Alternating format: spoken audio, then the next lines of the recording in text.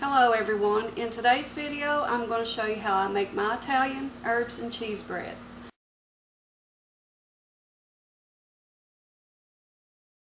So the ingredients that I'll be using to fix my Italian herbs and cheese bread are very simple and basic.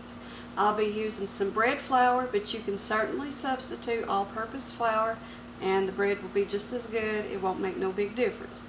Bread flour is what I've got on hand, so that's what I'm going to use. I'll be using some olive oil, some salt, sugar, and a little bit of yeast and warm water. So the first thing I'm going to do is add my 2 cups of warm water to my mixing bowl. Then I'm going to add my sugar, add my yeast, and I'm going to take a whisk and stir that up a little bit. Okay, so my yeast is pretty well dissolved in there. So next I'm going to add about a tablespoon of olive oil. And I just use a kitchen tablespoon. If you want to get the tablespoon measurement spoon out, you can, but this is the way I do it. Then I'm going to give that another little quick stir. Okay. And from here I'm going to add 5 cups of the bread flour. Okay, there's my 5 cups of my bread flour. And then I'm going to add my salt. And now I'm going to put my bowl on my stand mixer and begin to knead this. Okay, I have my bowl fitted onto my stand mixer. And I'm going to knead this on speed 2 for about maybe 8 to 10 minutes. So I'll bring you back once it's all done.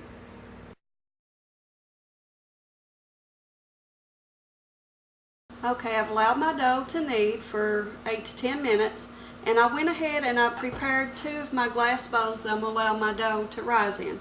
And I just lightly sprayed them with that vegetable oil spray, and I've got them set to the side. Next, I lightly floured my work surface, so my next step is I'm just going to remove the dough from the bowl out onto that floured surface. Okay, I'm just going to turn this dough over once to coat both sides. So there we go. Now, the way I do my dough at this point, I have a set of scales, and I just wrap this in saran wrap, so when I'm done I just take that saran wrap off and put the scales back up. I don't need to clean it.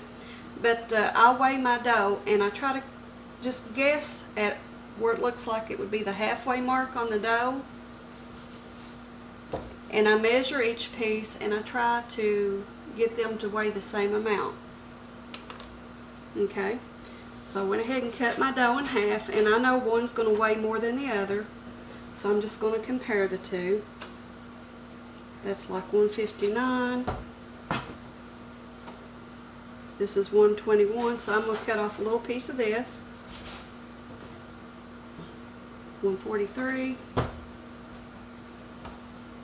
142. So from there I take each section of dough and I roll it into a ball. Just like that, and place into my bowl.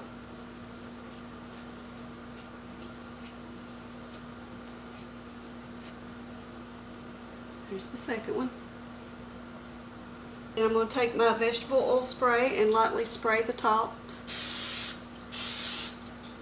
And then I'm going to place a piece of saran wrap over top of each bowl to cover my dough.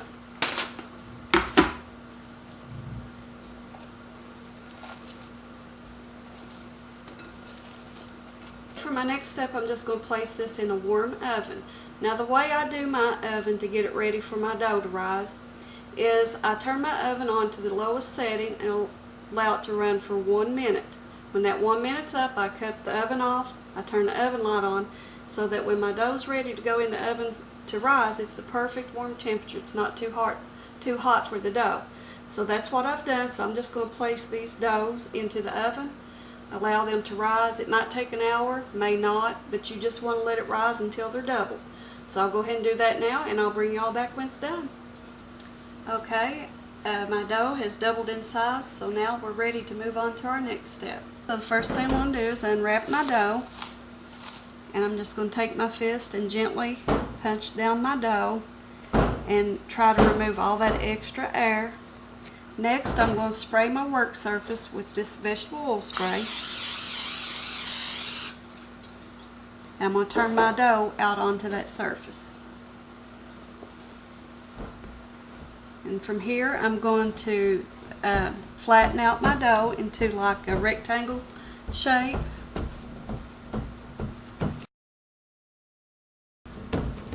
Okay, once I have that patted out into a rough rectangle shape, I'm going to start at one long end of the dough and begin folding it over in little sections, just like this, and mashing down as I fold the dough over each time.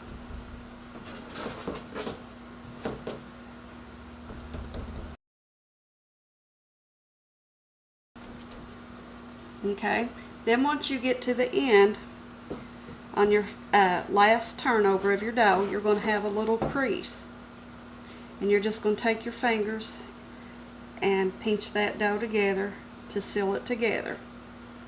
And the way I do from here is I just tuck in the ends of my dough, pressing in and sealing those.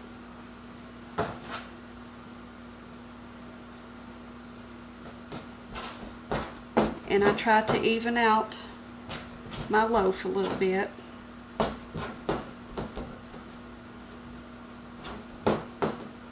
Okay, now this next step is where I place it onto the tray for baking. You can place both of your loaves of dough onto a flat baking sheet, like a cookie sheet, and bake it that way if you want to. You'll want to grease your surface first, of course. But when you bake your bread, it's going to spread out and be kind of on the thinner side instead of a loaf. I have this little gadget here made to bake loaves of bread, and that helps keep its form and keep your dough from spreading out and flattening out. So that's what I use. So I'm just going to lightly spray that. And I'm going to place my dough onto one part, and I'm going to repeat that process for my second dough and place it on the other half of the baking sheet.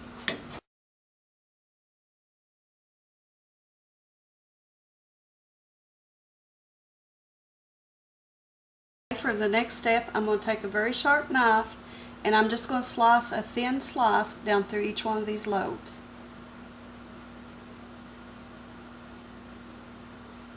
Okay, I'm going to cover this with saran wrap and allow it to rise until doubled in size again.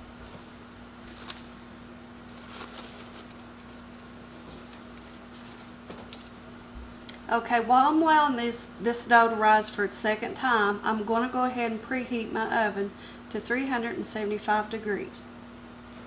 My bread has doubled in size, so now we're ready for our next step. Okay, I'm going to gently take this saran wrap off because I don't want to deflate my bread. Now for my next step, might seem a little odd, but this is how I do it. I have one of these plastic bottles that you can buy like in health and beauty department, and I put water in it. So what I do is just give a light spray to each loaf of this bread, just like that, not too much, and that will help our seasoning mix to adhere to each loaf of our bread. So from there I just sprinkle on some of the Italian herbs and cheese mix and put it on there good and thick.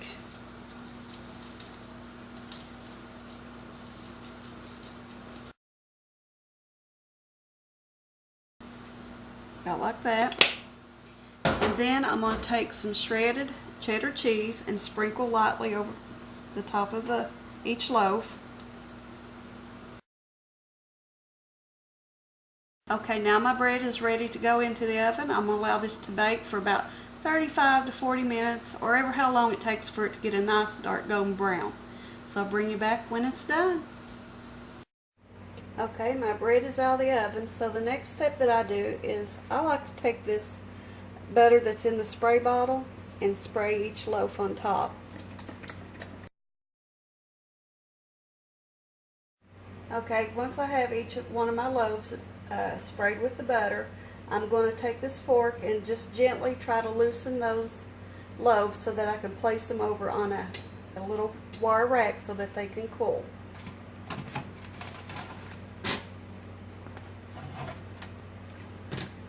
Your bread's going to be very hot, so be careful. And if you need to let it cool a little bit so that you can handle it easier, go ahead. I'm just used to handling hot bread. There we go. So from here, I'm just going to let my bread finish cooling, and then it'll be ready to use. Okay, my bread's out of the oven, and I've allowed it to cool a bit. And this is what it looks like. This is a very good recipe, you all, and I hope you'll give it a try. I believe you'll really like it. You could optionally take and slice your bread into little slices, like vertical slices, and eat it with like a pasta dish or something like that. Or you can slice the loaves horizontally and, you know, make like the classic sub sandwich, like a turkey club sandwich or whatever your preference, and put your items on there and then cut it into halves like that. That's usually how we eat it. But another good use for this bread is to cut it horizontally, take the halves apart, and make your own garlic bread with it. And then it goes great with like spaghetti and lasagna and stuff like that. So that's just a few suggestions. Thank you all for joining me today. I hope you've enjoyed the video, and I thank you all for joining me, and until next time, guys, bye.